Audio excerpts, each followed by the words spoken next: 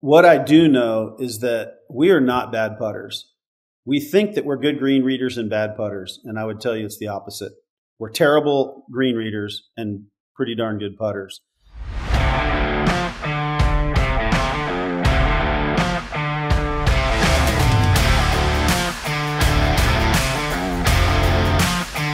This is The Tournament Code. Tim, before we get started, I got to quickly tell everyone about the Golfers Agreement. Most of our listeners should know about this, but if they don't remember it, it's the agreement we have with them, which is we put out all this 100% for free.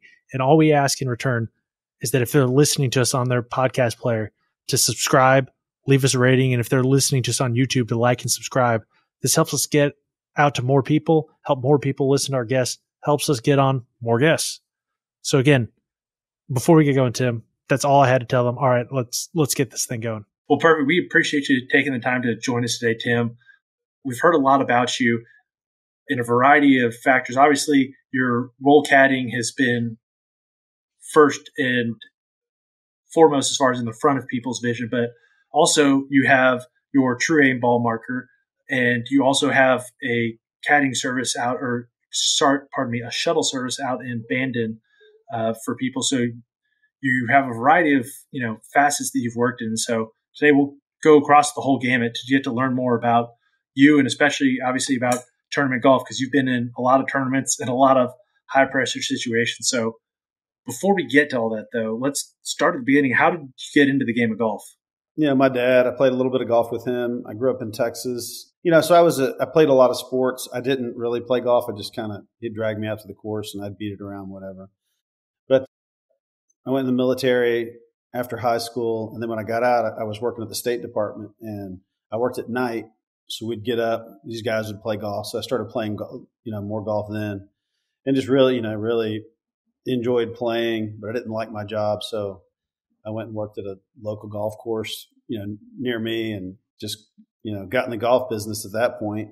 So, I've been all the way through it. I did my apprenticeship, and, I was a PGA member, and, from 93 to 2005, and then I got my amateur status back. But, anyway, that's kind of how I got started, involved in it. That is awesome. So there's obviously a lot there to unpack as far as your history goes. How did you go from being a PGA pro to then caddying now off and on tour, depending on whether you want to or not, and everything else in your life? Yeah, I was working as a club pro, and I was terrible at it, right? I'm just,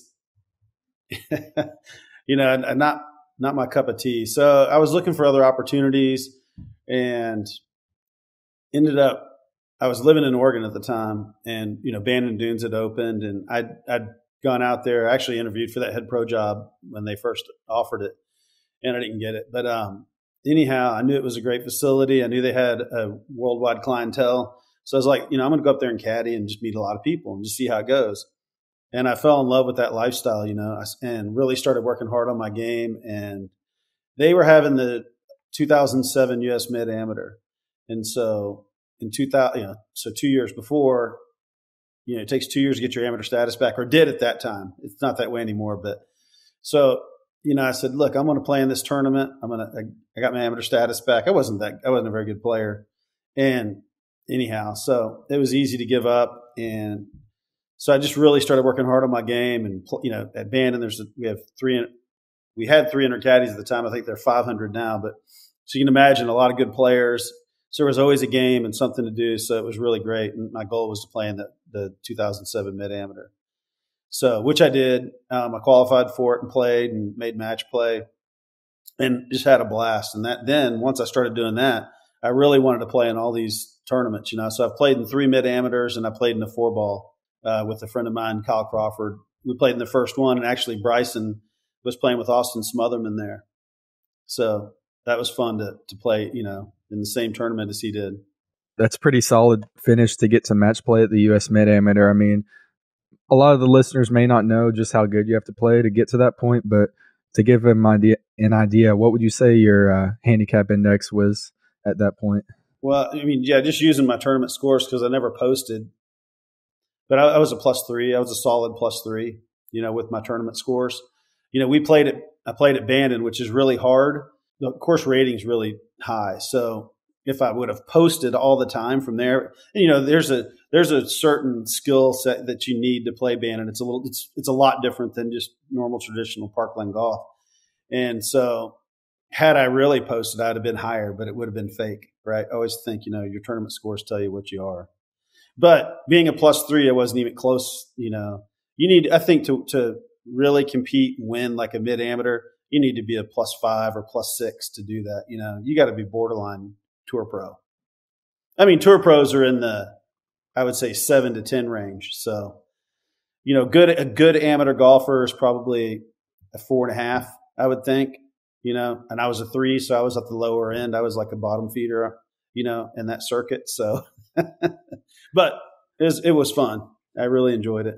But good enough to catch you have a solid day and you can make it. And obviously you did well through that, and playing in that many mid-ams is a pretty good testament, at least as far as how well you play under pressure. How did you go from caddying at Bandon, reviving or creating an amateur career for yourself, in mid-am stuff in the 4-ball, to then starting to caddy on professional circuits? Yeah. So, when I was working at Bandon, I still wanted to do other things. And I got into putter fitting. I was fitting putters for David Adele. I was a really bad putter. So I started diving into, hey, why am I a bad putter? It wasn't due to lack of practice, because I was practicing all the time. And so through Dave, if people don't know, David Adele builds custom putters, and they're built around the premise of aiming your putter. And a lot of people don't know that every putter has different aiming characteristics. And David created the system where we build putters that match the way your eyes see. And so through either head shape, hosel offset, line combinations, or all three combined, to find out which putter that you see square, right? People aren't aware of that. So if we're not aimed properly, we have to correct with stroke or path, right? Or face control. So anyway, I started doing that with David and fell in love with it. And he's an amazing putter maker, and so I really got into that, and then followed that up with green reading. And so I got involved with aim point early on, and I was on a golf course every day. I was able to utilize it and really figure out how it worked. And so I was involved with Mark Sweeney and helped him do a lot of things, and he helped me do a lot of things. But and that's how I ended up meeting Bryson. But so as I was doing all this, I was teaching aim point. I met Bryson, and was working with it, doing some things. I'd go out to the tour events and try and teach pros, and worked a little bit with a few guys here and there.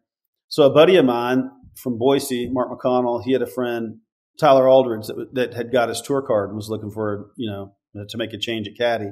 And so he ended up hiring me, and I worked for him for about 4 months, and that was it. That's how I got out on tour. So I know you mentioned you met Bryson with your putting and working with Mark Sweeney. I know when he won the U.S. Amateur, he was using the Adele putter, like the one called the Brick, I think it was. Were you involved in getting him set up with that putter? No. Mike Shy was a fitter too, and that's how he was an Adele fitter, and that's how I met Mike. I'd met Mike at the PGA show with David. Probably 2008 maybe.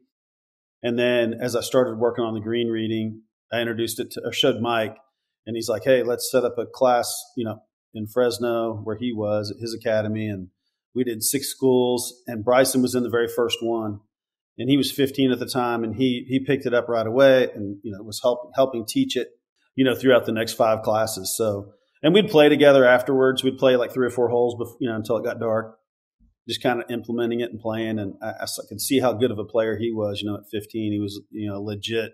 He was probably a legit +3 or +4, at that time. And I was like, he's a big kid too. He was probably 6'1" and 180, 85 pounds, so pretty good for a 15-year-old. And I was like, man, and he hit it great. And he was just really into golf, and so, and just like me, if you ask Bryson, he would say that he felt like his skill set wasn't as good as others. And so he needed all these technologies to make him better. And I felt the same way for me, for sure. And so that's how I got into all these and started like dissecting putting, right? And that's ended up how we met. So I'm sympathetic to that because that's how I felt for a long time. But especially now that I'm trying to get back to playing solid tournament golf, I'm like, well, I don't have the same 5 days a week to practice that I used to, or 7 days a week. I don't have that anymore. I got to figure out what I can with what I got. And that's one of the cool things about the putting technology, as far as we've thought, aim point, tour read. Obviously there was vector putting for a while. There's, you have your true aim marker, which we'll talk about. The interesting thing with all those is how much they help a lot of people, myself included. And something that interests me about, I wouldn't call them casual golfers, but a lot of people say, "Oh, that you can just see it." And you were caddying out at Bannon. You were, I'm assuming, helping people read putts. And when you caddied for other people, you would help them read putts. You've probably seen more greens than most people will over the course of their lifetime. So you've seen plenty of greens, and still you chose to do aim point and use these other technologies. Tell us about why you found an advantage there, or what sort of advantage you found there compared to just using your eyes. Yeah. So again, I read a long time ago when I first got into golf, I read Dave Pelz's book, Putt Like the Pros. And in there, he talked about green reading, quite a bit. And I don't quote me on the numbers, but I think that he used 50 tour pros, 500 PGA professionals, and then 1,000 amateurs. And he said that on average, the average player misreads the amount of break by 50%. So half, right? If we see a foot, it actually breaks 2. And I knew that, right? When you go out and play first thing in the morning and there's dew on the green and you hit a long putt, I'd look and go, wow, man.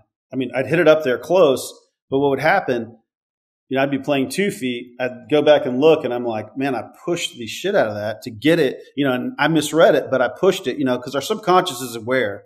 That's the real thing, is that our conscious mind gets in the way of this. Our subconscious knows, right? It knows so many things. Like, I hate to say this, but everybody's been texting and driving or whatever. And last second you look up and there's a car stopped and you stop at the, just enough time. Well, there was a reason you looked up, right? It's like your subconscious knew something was going on, right? Even though our conscious mind was focused on something else, but it knows. And so we manipulate, I feel like, with, either pushing or pulling to offset our bad conscious decisions, right? And this happens with green reading. And so randomly, I was fitting putters with Mike at a Mike Adams school, and Mark Sweeney happened to be there, and he was doing a demonstration at night.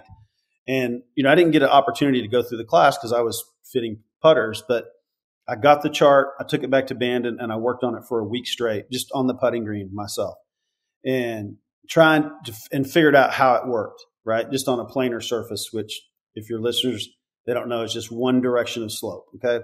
So then I really started diving into it and really figuring it out with a buddy of mine named Jason Goldsmith and also Mike Shy, and really started working on understanding green reading and how to implement it during play.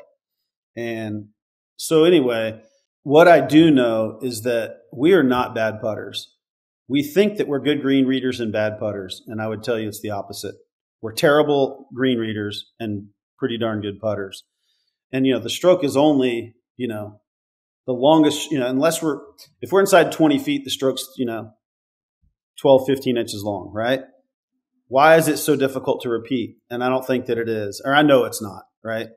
So, and that's why I developed what I did. And we can get into it later, but yeah, that's the advantage is that we can't read greens and we need a system.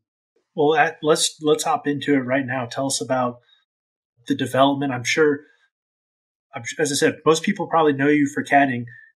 This is at least from my awareness, this is a newer product that I'm sure a lot of people have not seen. So tell us about that, and we can get to caddying in a little bit. Yeah. So, all right. So a couple things. One, and I talked to Chris Como a lot. He's a really smart guy. He's everybody knows he's one of the best instructors in the world. And, we've talked about, hey, the process that the players are using right now, or that us as amateurs are using, we've seen it, right? That we've watched other people do it, so that's what we do. If you look at a kid playing college golf, he probably has a very similar routine to a tour pro because through observation, right? They go to a tournament, they watch how they do it. I mean, if you go, almost every player, they go and hit a few putts before the round. Then they go to the range and then they chip. Then they hit balls. Then they come back to the putting green and then they go to the first tee. Almost every single player does it exactly the same way. And, when Bryson came out on tour, he was different because he didn't care. He doesn't care what people think of him from oh, he's crazy or he's super technical. Well, he's really not. I mean, he's being smart about how he plays golf, right? And he's trying to limit the number of variables that there are. And so he's created a process, his own process that's different than most people out there. When Bryson, there used to only be one GC quad on the range. Now every player has one, So Bryson changed the way, that people started to prepare and look at their numbers, and pay attention to them. So, that's just one thing that he changed. But what I will tell you is that during COVID, we had 100 days off basically from when they canceled play at the Players Championship to the first event that was the Byron Nelson, the Byron Nelson, excuse me. Sorry, I'm missing it. Colonial. This was our first week back. Bryson hit 0 putts during COVID. He really did. He did not. He worked on that's when he bulked up and was working on hitting it further. And he did not practice putting. And the reason he didn't is because he has worked on locking his stroke down, right? And controlling it through biomechanics, right? Locking it in. He has an arm lock putter, right? And the way his putting stroke is, it is as repeatable as anybody's. He also uses a ruler to control speed, which I think he's the best in the world at. And then he has a green reading system that we've created, right, over the years. And so if he can control all those 3 variables, the 3 things that we need to do, 1, start the ball in line, 2, control speed, and 3, read the green properly, what's there to practice, right? Now it's just maintaining skill. So, he does that. Where an average tour pro probably works, in a 7-day stretch at a tournament, 7 to 15 or 20 hours on the practice putting green. Bryson in 7 days probably spends about an hour and a half to 2 hours max, right? Because he's just maintaining the skills. Most of that is working on speed control. So that was something that I'm like, hey, the putting stroke is not that difficult. I've seen this guy do it, right? So he created a system that worked. And then secondly, I was caddying for Adam Svensson. And he's an amazing putter. He really is. But there was something lacking in why he wasn't performing on the putting green. And I was watching him one day. We were at Valspar in Tampa. And I was watching him putt, and I was like, hey, Adam, do me a favor. Because he rolls the ball. He uses a line on his ball, and he rolls it perfectly end over end. 99% of the time, he rolls it perfectly end over end. And he works so hard on it, I've never seen anybody putt more than him. When I caddied for him, he was like, Tim, I putted 8 hours a day for the last week, when he had off. And I'm like, he's like, my back's a little sore from it. And I'm like, yeah, you'd think so, right? But he would practice more than anybody, but he rolled that line perfectly. So anyway, we're at Valspar and I was watching him and I said, hey, do me a favor, line your ball dead to the dead center of the hole. And he goes, okay. And I said, now step in, address the ball, match your putter, the line on your putter to the line on the ball. He goes, okay. And I said, what percentage of slope do you think you're putting across? And he said, a 2%. And I said, okay, open your putter what you think is 2 degrees and then just hit it. He didn't move he just opened it up 2 degrees. He didn't change his stance or anything. He just stroked it and it went in. And it was about an 8-footer. And he goes, how'd you do that? And I said, man, I'm not sure. I've been thinking about something. Let me get back to you. So I happened to be staying with Steve Harrison, which is the owner. Well, he was the owner of Sick Putters at the time. And it was lucky for me that I was. And I went back to his house that night and we were talking about what I did with Adam. And I said, hey, can you have a putter made with these lines on it? And this is what my marker looks like. But But I had this design put on the back of a putter. It was actually reversed like that.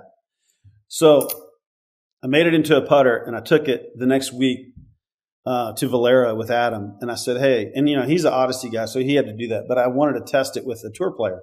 And so he hit a few putts, and the first 3 putts he made using this system that we'll get into. But I was like, okay, I'm on to something here. I'm like, why would I try and sell putters when I could just sell a ball marker, right? So hopefully that wasn't too long of a story, but that's how I got into it, okay? And this stuff, man, look, 2 things that every golfer, and I can say this because I am a golfer, okay? Golfers are lazy, and I'm lazy as a golfer, right? And a lot of us are stupid in the fact that we don't research. When we have a problem, we just go, oh, whatever, and just keep trying the same thing. Well, no, man, that's not how you get better. You get better by making changes, right? And like Bryson, he will take something to the very limit, right? I could tell him, hey, dude, you'll putt better with a nickel in your shoe. And he'll go, okay, I'll try it. And if it works, he'll run it through its paces. And if it works, he'll use it. And if it doesn't, he'll say that was stupid. But he will try it, right? He will try anything to get better. And I think golfers need to experiment more. We're so stuck in our ways and saying, hey, that's dumb, it won't work, without even giving it a shot, right? And so anyway, that being said, I've fallen into those categories, and I'm trying to get out of that, right? And I really struggle with my chipping right now because I don't get to play as much as I'd like. And that's something I'm really trying to work on and go, wait, instead of just being a bad putter and going to the chipping green or chipping area and trying to get better by doing the same thing, I'm actually trying to dissect it a little bit and go, wait a second. I obviously have a flaw. Let me fix it before. And then I can go out and start working on my chipping. But anyhow, this marker is the true aim marker. Okay. And how it works is, and I'm going to ask you a series of questions. Okay. If you look at this, there's 9 angles on this marker. All right. Mm-hmm. Wow. That's a lot of markers and a lot of decision. And it's really not. So here's how this works. What you do is you aim your ball it doesn't matter if it's a double breaker, triple breaker, one direction of break. When you mark your ball, you aim the line on your ball at the dead center of the hole. Okay? And I use my shaft like Bryson does. He holds up his putter shaft and, off his dominant eye and make sure it's aimed perfectly at the center of the hole. Just like we would if we were aiming our line at a foot out. Okay? No difference. It's actually easier to aim at the hole because the hole is actually an object that's there instead of, something that I'm looking at, from 20 feet, a speck on the green, right, that I may lose. So we aim our ball, we mark our ball, we aim the line on our ball at the dead center of the hole. Okay, so now the ball's aimed at the middle of the hole. Then what we do is we put this marker down and we put the line on the ball in line with we put the center line on the marker in line with the ball, right? So now the marker is aimed at the middle of the hole. Then we pick our ball up, right? So, Daniel, let's use you. Tell me a hole that you know better than any other hole in golf that you've played 1 million times. Let's go. Doesn't matter. Let's go with the first hole at Keen Run. Okay, give me a pin location, please.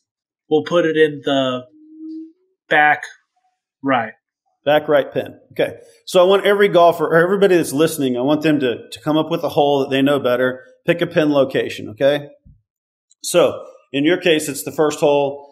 We have a back right pin, and I want you to visualize that you hit it 10 feet left of the hole, okay? So you have a 10-foot putt. You've marked your ball, and you aim the line on your ball at the dead center of the hole, okay? Now, we have 9 angles. Again, we have 9 angles. So we're going to use a process of elimination to get to the correct answer, all right? So this putt that you have, this 10-footer left of the pin, to the back right pin, is this straight or does it break? It will break, and it will break left to right.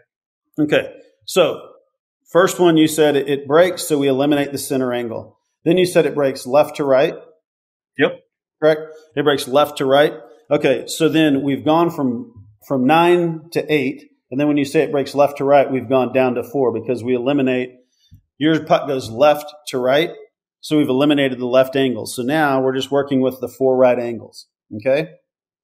Mm-hmm. So I've labeled these angles. Now, if you use percentage of slope, the first angle would be 1%, the second would be 2%, third would be 3%, the fourth angle would be 4%. If you don't know percentage of slope, Then I've just labeled the angles. The first angle would be flat or subtle break. The second angle would be average or obvious. Average or obvious, yes. The third would be steep, and the fourth would be severe or breaks off the planet. Okay? So this putt that you have that breaks left to right, is it closer to flat or closer to severe? Closer to severe. Okay, so we've eliminated the first and second angle. So now we went from 9 down to 2. We have the third angle, which is steep. The fourth angle that's severe. Is this putt steep or severe? It's steep. Okay, so you'd put it on the third angle. You'd put your line on the ball in line with the third angle, right? And then you'd putt. Brilliant. That's simple. Okay? So what I'm going to tell you is that our brain can't do complex math, all right? And I'll give you a good example of why. Let's say that you're on that same hole and they haven't mowed the greens in a couple of days, and you play that putt and you hit it 2 feet out and you make it, right? Then you go out back the next weekend. You're in the practice round for the member guests. They've double cut and rolled, and the greens are 2 stems faster, right? And you have the exact same putt. Do you still play 2 feet of break? If I did, I would be missing it by a lot because it would break a whole lot more. Correct, but your eyes still see 2 feet. Mm-hmm. Our eyes can't see speed, right? Now we have the assumption that it goes more, but how much more? And so in this scenario, if you played it on a 3 and made it, and then the double cut and roll, you'd probably play it on 4 the next time because you know it breaks more, right? I mean, break is intuitive, and so is this marker. Using it becomes really easy to use as you start to use it, right? As you succeed or fail, you start to interpret slope differently. So really, the key to this marker is being able to interpret slope more. Okay? And people ask me, hey, does this work on all stemp speeds? And I'm like, yes, it does. Because, let's say in this case, when you used a 3, the greens were rolling 10. The next time we play, we're in the same exact spot, but the greens are faster. We'd probably play it on a half angle more or a full angle more, right? Because we would answer those questions differently. The key to using this process of elimination and asking ourselves questions is that our brain is designed to answer questions. If I said, how old are you? You know immediately. If I say, hey, what color is the sky? You say blue. What color is the grass? Green pops in, right? So that's why we answer these questions to help us get to the process of elimination. If I said, hey, is it closer to flat or severe? And you said, I can't tell you, it's between, then you'd put it on a 2.5 angle and putt.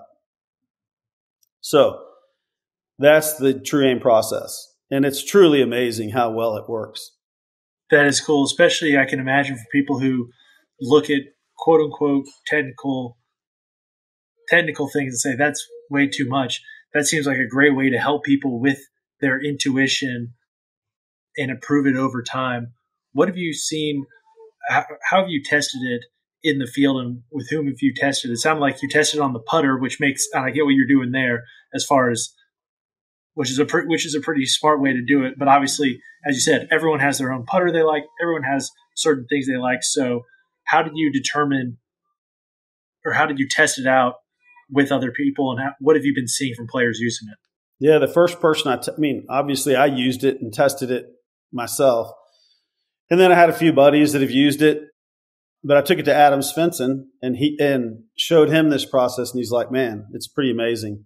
And it works really well. I've had, probably 15 or 20 tour players play with it in tournament rounds or in practice and use it, get their feedback. This is everybody can use this, right? I will say that obviously the tour professionals have a better sense of break than the average amateur, right? But again, everything I know about green reading, I only use this marker when I putt, right? The only other thing I do in addition to this is I make sure I locate my nearest straight putt, either uphill or downhill, right? If I have an uphill putt, I find the straight uphill. If I have a downhill putt, I find the downhill putt, and then reference where I am in relation to that. And I do that for speed primarily. But, someone that, and again, I took it to the guy that breaks down everything more than anybody, and that's Bryson DeChambeau. And I showed it to Bryson, and Bryson is now an ambassador for True Aim. He's helping me promote this. We actually just shot some video at his house in Dallas. He's building this beautiful, beautiful home and but his golf studio is finished. So it was really cool that we were able to use it in there. And so Bryson's going to help me with this. A lot of people were like, oh man, Tim and Bryson, when they broke up, they must hate each other. And that is definitely not the case. He's helping promote my business. And so Bryson's putting the stamp of approval on it. That says a lot to me of how good the product is. I mean, I'm doing this to make people better, man.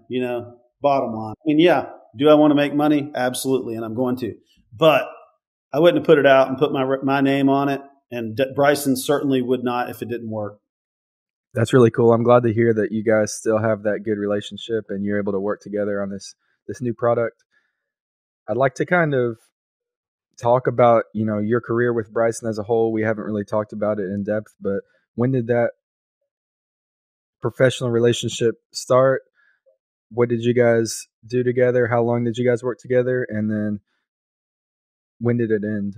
So I was caddying for Tyler Aldridge at Byron Nelson. I'm from Amarillo, Texas. My dad had driven down to watch the tournament, and we missed the cut. And we weren't playing that well, and I just wasn't enjoying it. Tyler's a great guy, and we're friends, but it just wasn't working out. And so I just said, I'm not really into this. I didn't really enjoy caddying, and it was just different, right?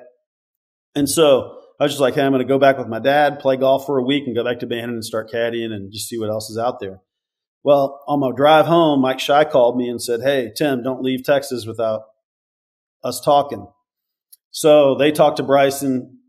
Bryson's agent and Mike talked to Bryson about me coming to work with him the next week. He'd let his caddy go that same week that Tyler and I broke up.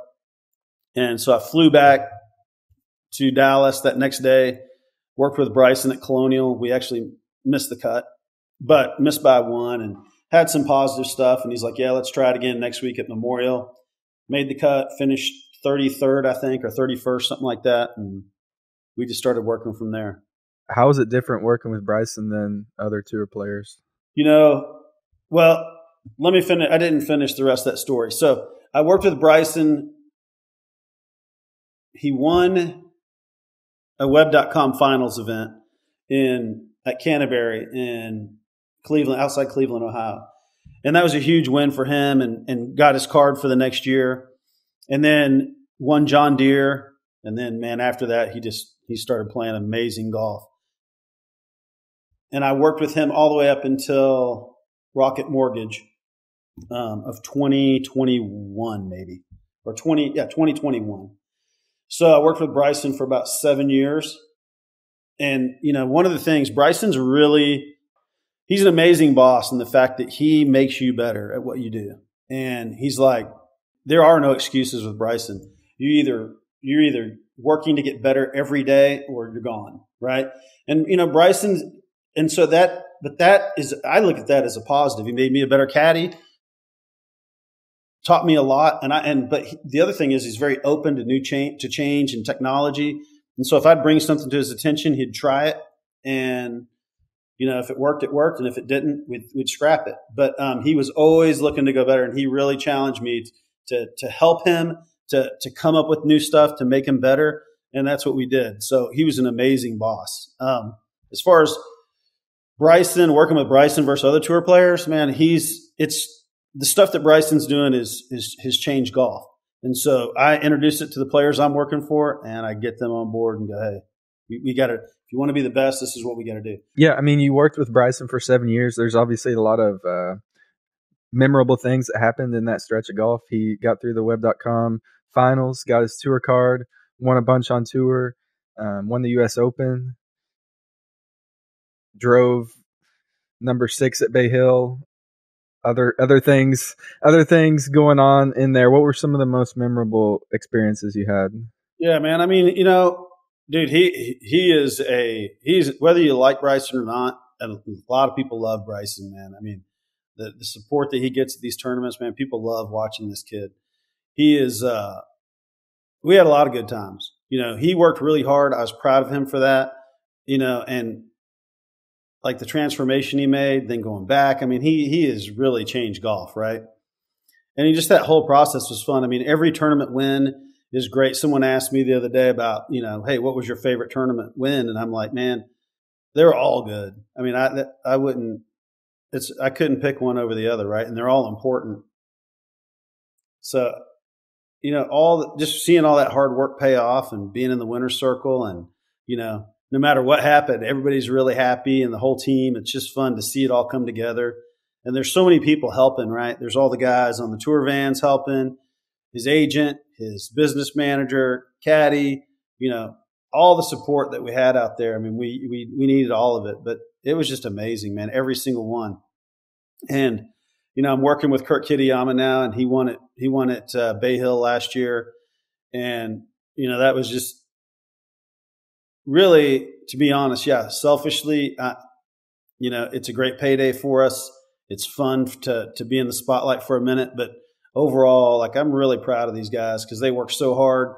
As you guys know, if you want to be a good golfer, there's a lot of sacrifice, a lot of hard work, and just happy to see Kurt get his first win and being able to share that with him was pretty amazing. So, and all Bryson's success, winning the U.S. Open, people dream of doing that, and just being on the bag is, I got a little piece of that too, and pretty happy about it.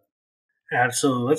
Let's talk about what it's like coming down the stretch, both at just a regular tournament and at a major, and if it felt any different for you. Again, the one at the U.S. Open that I'm thinking about, there weren't as many fans. I can't remember if there were any or how many there were. No fans. No fans at that one. So tell us what it's like though coming down the stretch as a caddy, kind of, because not only obviously you got to do your job, you got to run through your routine, but also I don't know what your role was like exactly as managing a player, et cetera. But when, for example, I've caddied for Cooper and several events, and sometimes there comes a point down the stretch where I'm trying to not make him do better, but not only are we running through the process, but trying to make sure that his head's in the right spot.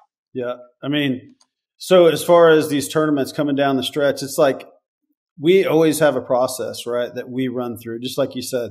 And we treat every shot the same. And I think if you're doing that every single shot and trying to get the best data, the best information, that really takes over. And I think that took a lot of pressure off Bryson. I think it takes a lot off Kurt as well, is that we're so into the shot. We have a rhythm where we're making sure we're making the best decisions to try and, again, as a player, if you're not committed to the shot, you don't have much chance of pulling it off. And so doing all these little things, they help calm the player, I think, staying in the moment and just doing what we do, whether it's the first shot of the day or first shot of the week versus, the one to win the tournament. And,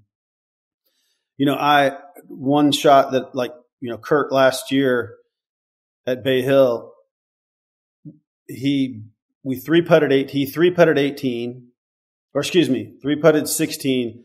We probably should have hit a 7-iron, but I felt in my mind, I kind of talked him into the 8 because I just wanted to get it on the green. He was putting beautifully all week. He three-putted one time, and it was like his first three-putt in 151 holes.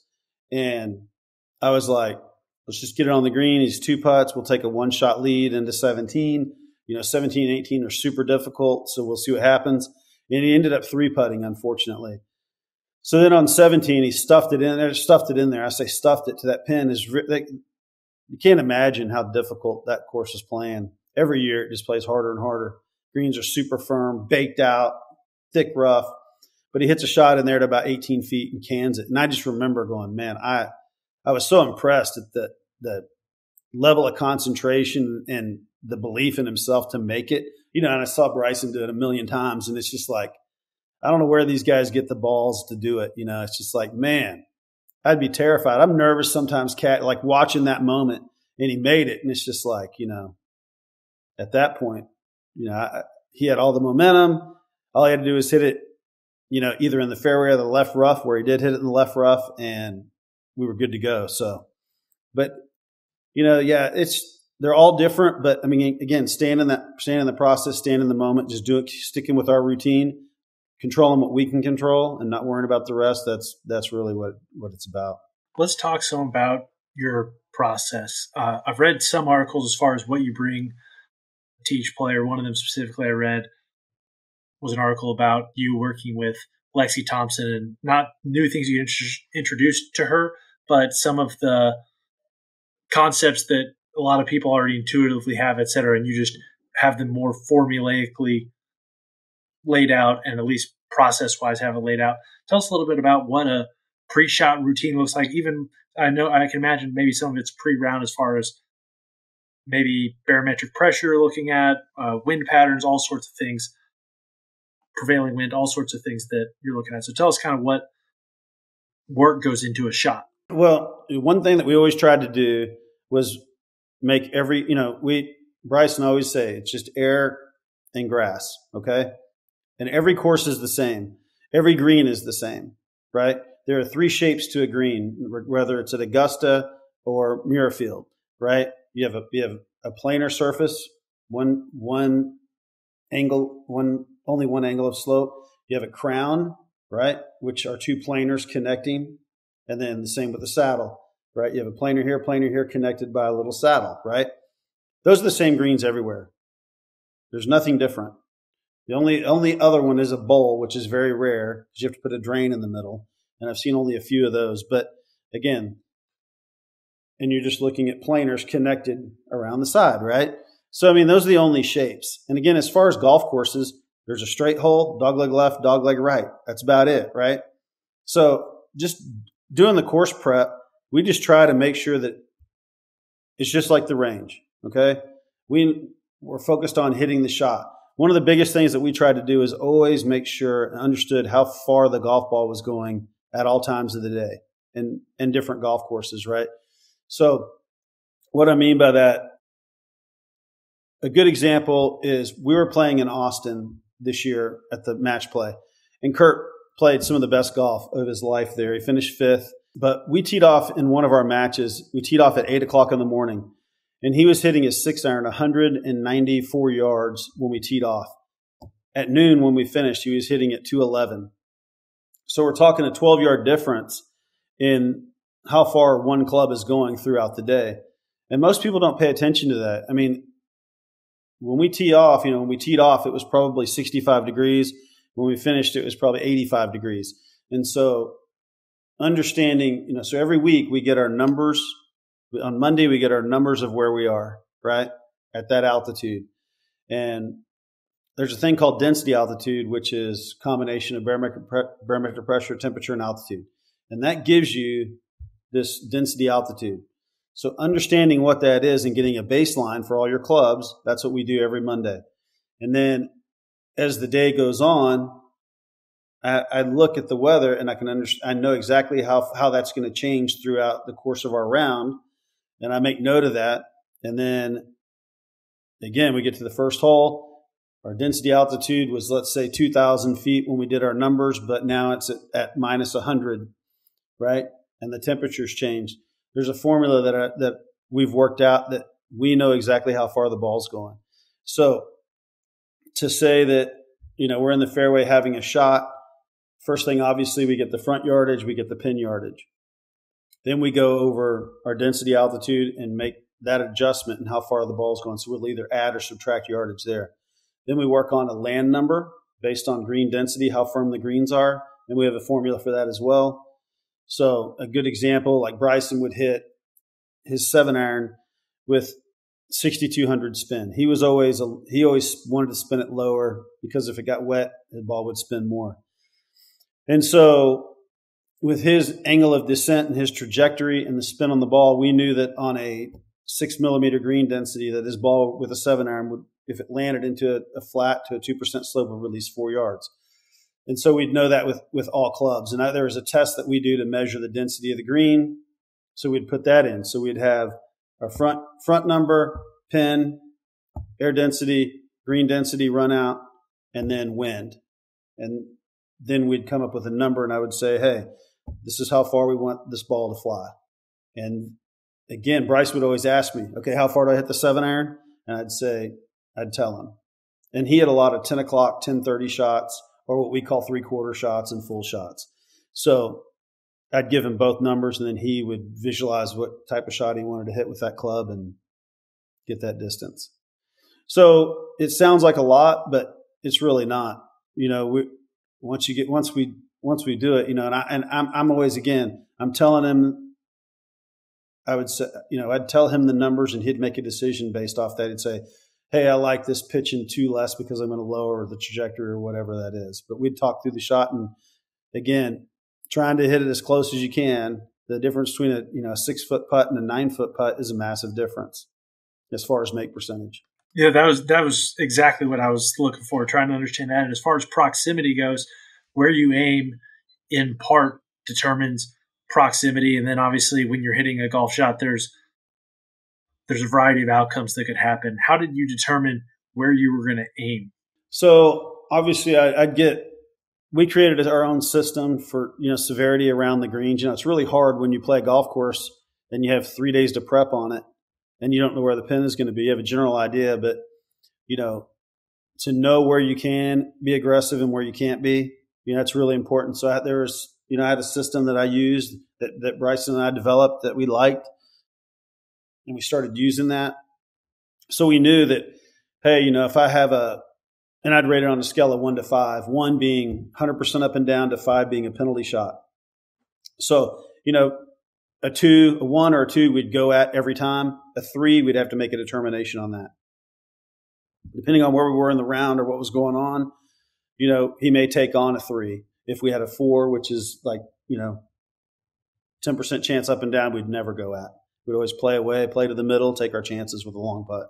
So what kind of situations during a tournament round would he become more aggressive? Just depending on, what his comfort was with his ball striking, how much control he had over the golf ball. Situational, if he has a 2 or 3 shot lead, we'd be more conservative. If we needed to make a cut, we have to make the decision to be more aggressive, things like that. That was all up to him. I would tell him what was there. I'd say, hey, we have a 3 green value over here. He'd make his decision on what he wanted to do. And then there would be times where, there's a pin that we cannot mess with. And I'm like, we need to be at the middle of the green here, or we need to play right of this pin. We must be right of this pin, but again, he's the player. He's the one feeling it. He's the one making that determination. I would rarely tell him a start line. I would say, hey, we want to finish. Or I'd say, where are you looking, or what's this shot look like? And he'd tell me what he was seeing. But again, that's the player. I'd give him the information he needed to know, and then he would choose his start line with this type shot he wanted to hit. Okay. So was target, we talked about up and downs percentage around the green, or up and down, like rating it around the green and then making a determination of target based on that. As far as, was there any component related to distance of the shot, or was that something he felt as far as, like, if I have a 90-yard shot and it's a pretty easy up and down around the green, then I might be going for it. Whereas if I have a 200-yard shot and I call it a 2 or a 3, I might not be going directly at the pin depending on where the pin's located. Right. No, exactly. If we had a 90-yard shot, we were always going at it. It didn't matter. These guys are good. He might favor a yard or 2 to the right of the pin if there were water left or something with a 90-yard shot. But, again, with a 200-yard shot and water left, we're aiming, 2 flag sticks right of it, trying to hit it in the fat of the green pin high if we could, right? Now most golfers do that anyway, right? But I will tell you, there are times where he'd say, man, I couldn't help myself. I had to go at it, and he'd either pull it off or he wouldn't. But he wouldn't be, that was his decision. He chose it.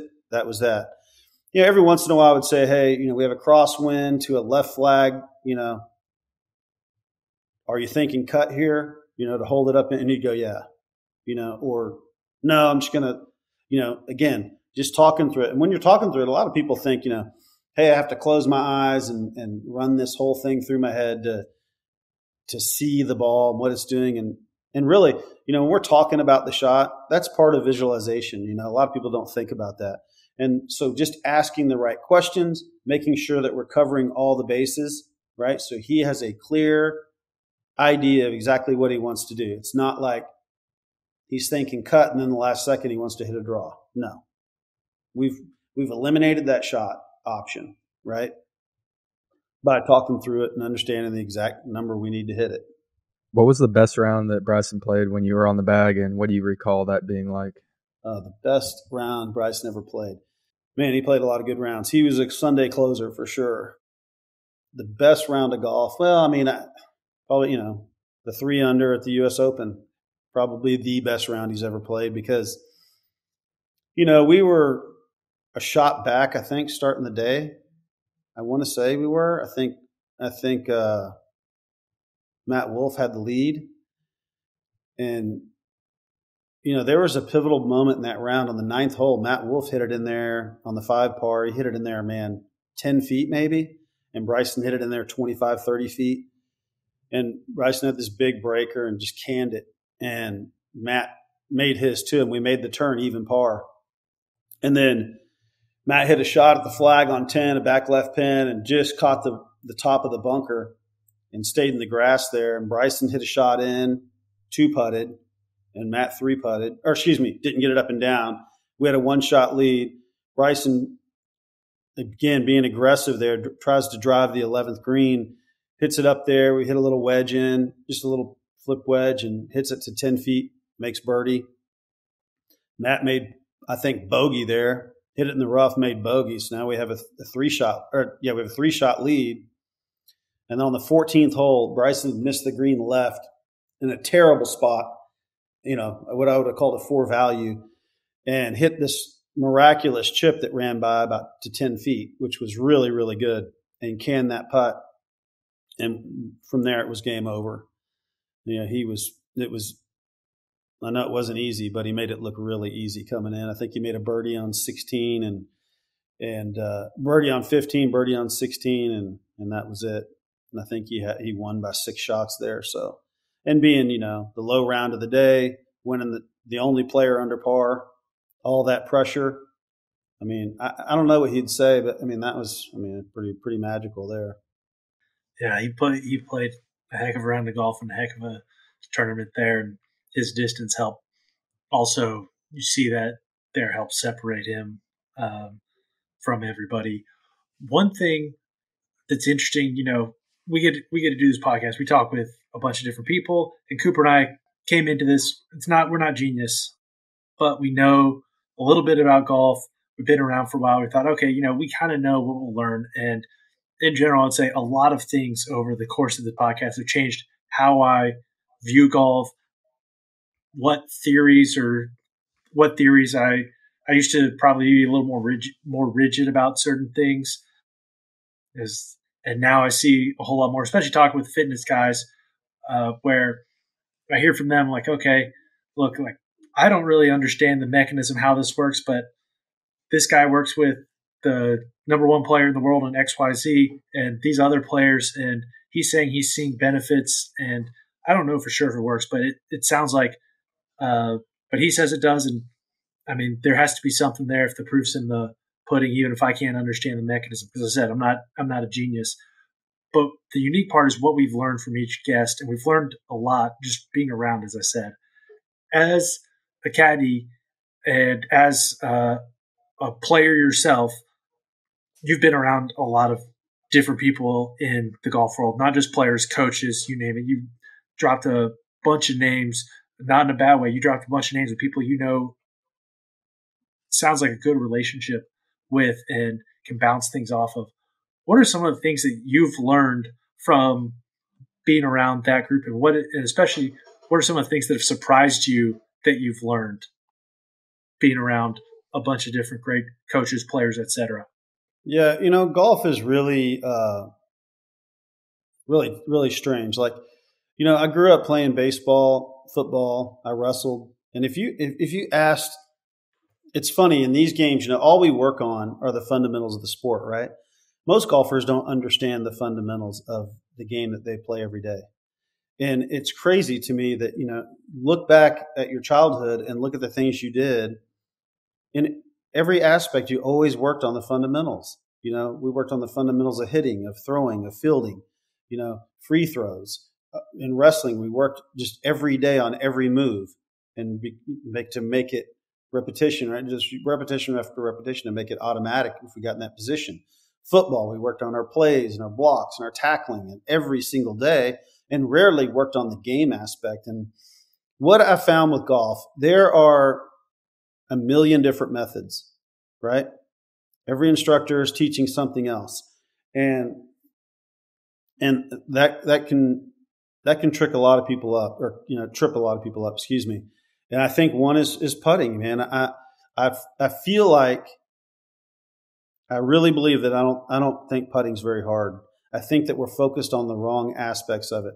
And I'm not just saying that because, look, if you have a green reading system, you're ahead of the game. You're a better putter, I promise you. I don't know one guy that has a green reading system that's a bad putter. I really don't. I know a lot of guys that don't have a good green reading system. They're terrible putters. And again, I don't think it's their stroke. I watch tour pros roll the ball end over end every time. So whether you're using True Aim or any other system, use one. I don't care which one. I would love for you to use True Aim because I think it's a no-brainer, man.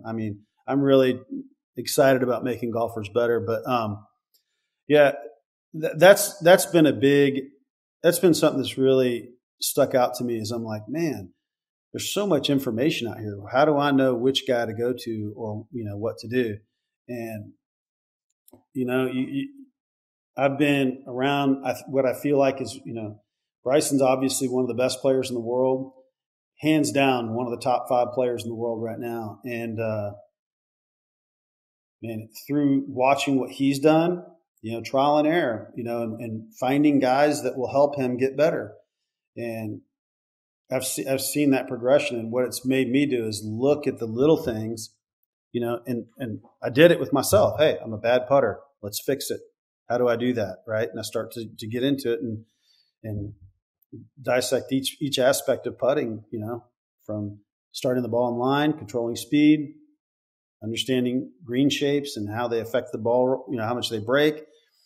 And I just feel like golfers don't do that enough. They really need to, it's easy to say I'm bad at something and then just walk away. How do we fix it? That's the hard part.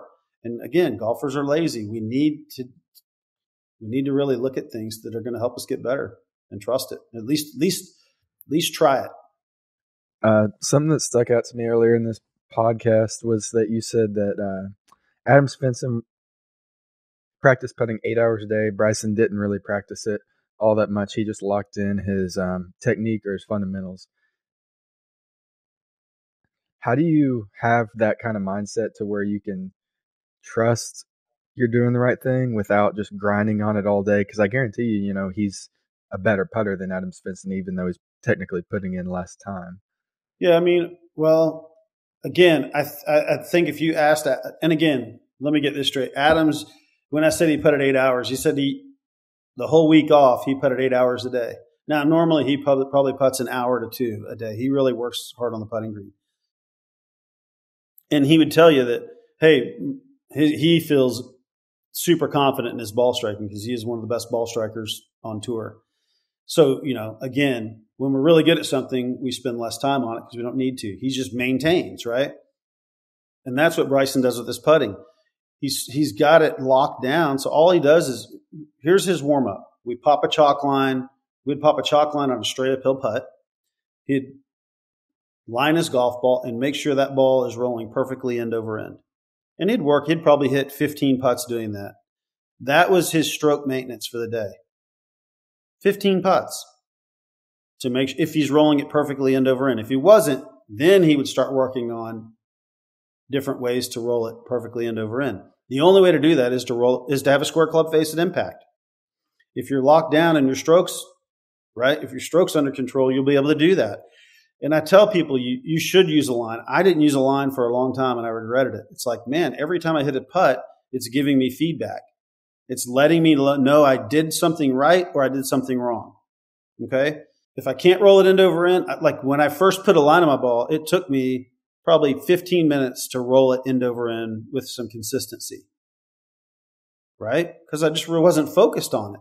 Then I started really focusing on the face rotation or my path or whatever it was. I just started, experimenting until I was able to roll it end over end.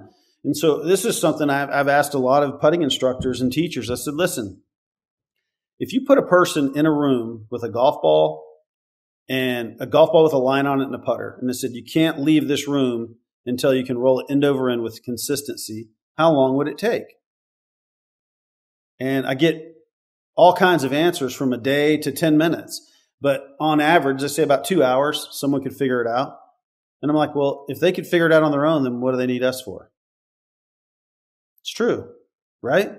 It's not that difficult to deliver it with the square club face with consistency. It just takes awareness of that I'm not, right? And and watching the ball rolling in over end to know that, oh, that was a good stroke. That's what that should look like or feel like.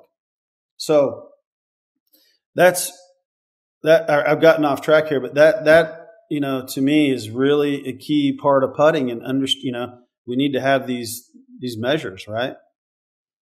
Did I answer that question? I don't know if I did. Yeah, no, I think you answered that well, and I think that's a good framework for people to have. And we've talked about ideas like that before. Is that you have your checkpoints, you go and test your checkpoints, and really, especially with putting, what if you're hitting those checkpoints? There's not much more you need to be doing. The rest of it is ego assuaging or something like that, where you just it can be where you just want to feel better about it, but it could be, as we said, not the best use of time. Right. If it's not broke, don't fix it, right? It's like, I don't know how many times the guy's been striping it on the range, and then they want to hit another bucket, and then before you know it, whether fatigue or lack of focus or concentration, they start to hit it bad, and then all of a sudden, oh wait, now I'm not hitting it good anymore. And then it opens up a whole can of worms, right? And I'm sure everybody's done that. It's like, if I just chip 10 balls perfectly, why am I chipping an 11th? Like a free throw shooter. If you went and hit 15 free throws in a row, would you shoot a 16th? And most everybody says, yeah, I would. And I'm like, why? You can only get worse. Right? So it's like, dude, if it's about maintaining, right? It's about maintaining the skill. If I can make 15, obviously my shot's pretty good. Yeah. At that point, your misses are probably not because of your shooting. It's because of pressure or ability to withstand pressure, etc. Right. Exactly. You're right. Being in a dynamic environment. You can work yourself into a slump really easy. I've seen it done. So trust me, I'm doing that on my Saturday pickup games right now. I'm in a big slump, but that's how it goes. It's been great talking with you, Tim.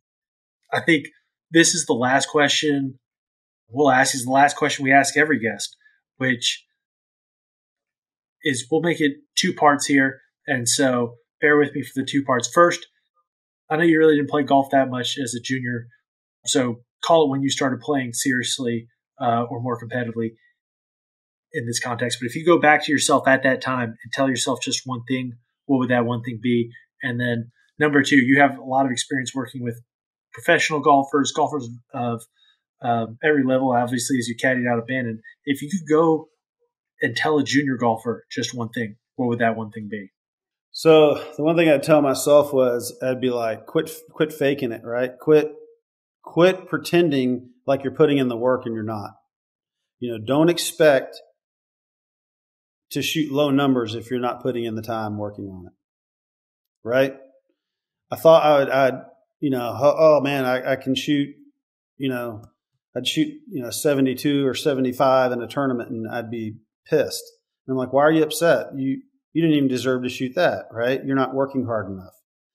And that was really what happened to me, when I said, hey, I want to try and set some goals and play in this 2007 Mid-Am. I started working on my golf swing every day, working on my putting every day. And then to deserve to play good, right? So that was that. As far as a junior, what would I tell him? I mean, again, keep your expectations on a reasonable level. And I'll give you a good story. I was standing behind Bryson at the Wells Fargo Championship, and maybe it was a practice round, I believe it was, and I was just watching him just, working hard, right? And I remember just thinking, man, this kid never been on a date, had a 4 point whatever in high school, that's a big thing. College coaches want you to have get an academic piece, so they don't have to give you a full ride, right? Because they don't, right? Can give you a little bit of academic, a little bit of golf, and here we go. But this kid just never. All he did was sacrifice 100% of his life to his grades and to his golf game. And, he was a coach's dream, man. This kid all he wanted to do, this level of sacrifice that he had. And it made me look at myself and go, man, if I would have just given half of what this guy, I wouldn't be caddying. Who knows what I'd be doing, right? I mean, you've really got to work hard. So golf and life parallel each other. It's like, if you're failing in life, it's because you're not putting enough effort into it. And if you are being successful in life, you're putting a lot of effort and time into it, right? Just like golf. You can't fake it. So those are the two things I'd say. Brilliant. Well, if people are trying to find you on social media, if they're trying to find True Aim, if they're going out to Bandon and they need a shuttle service, tell us where everybody can find you, your products, etc., and how they can support you. Yeah, so the marker, True Aim marker, is trueaimmarker.com. And it's just True Aim marker on Instagram. The service I run in Bandon with my partner, Amos Baker, he runs the day-to-day out there. And it's a luxury bus service to Bandon Dunes. We've taken a 24-passenger bus and turned it into 8 captain's chairs that are heated, cooled, massaged, and has a bar and TVs, and it's beautiful. It's like a luxury jet, man, but on the ground. And that's called Loop. So Bandon Loop Transportation, type that in, you'll get it. Or if you just type transportation into Bandon, you'll see it. So, or luxury transportation. But Loop is that service. And that's it. No. If you don't need either one of those, don't contact me. I'm just kidding. Perfect. We appreciate it. Be sure to check out True Aim. Be sure to check out Loop if you're going to Bandon. And then if you're listening to us on Apple Podcasts or Spotify, remember the golfers agreement. We need you to do this for us. Please subscribe and leave a rating. If you're listening on YouTube, please like and subscribe. This helps us get out to more people. If you're trying to find us on Instagram, you can find us on Instagram at The Tournament Code and on Twitter at Tournament Code. As always, we appreciate you taking the time to join us and dive in deeper what it takes to play elite tournament golf.